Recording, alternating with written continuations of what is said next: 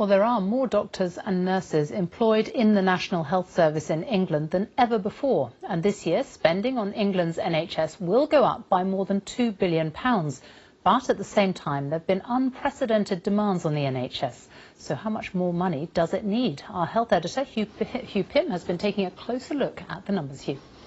Well, Sophie, there are growing demands now for radical thinking about NHS and social care funding, trying to work out what's needed in future decades and how much extra money taxpayers will have to find. Senior figures at Westminster are saying only a break from party politics will allow the right treatment of the NHS's problems.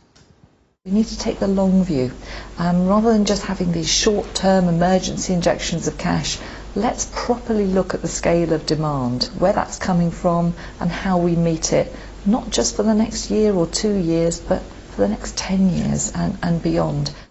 So what is the current state of the NHS? Well, it's added more staff, just over 10,000 more doctors in England since 2010. But they've had to cope with a rapid rise in patient numbers. There was a 40% increase in the number of operations carried out in England over the last decade.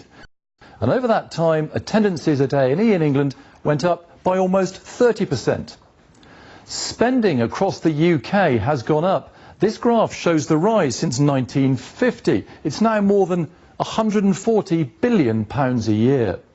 But while the UK spends 9.7% of its national income on health, that compares poorly with other major EU nations, France on 11% and Germany on 11.3%. And now NHS leaders say more money is needed. The system itself, the way it is designed, is not yet fit to deal with the challenges that are faced by a growing number of elderly people with a whole range of conditions. So we need funding change, and we also need transformation of the way in which services are organised. Well, that's for the future, but the here and now for NHS patients and staff is day-to-day stress and pressure. They'll feel that however much debate takes place, solutions are needed, and fast. Our health editor, Hugh Pym. It's emerged that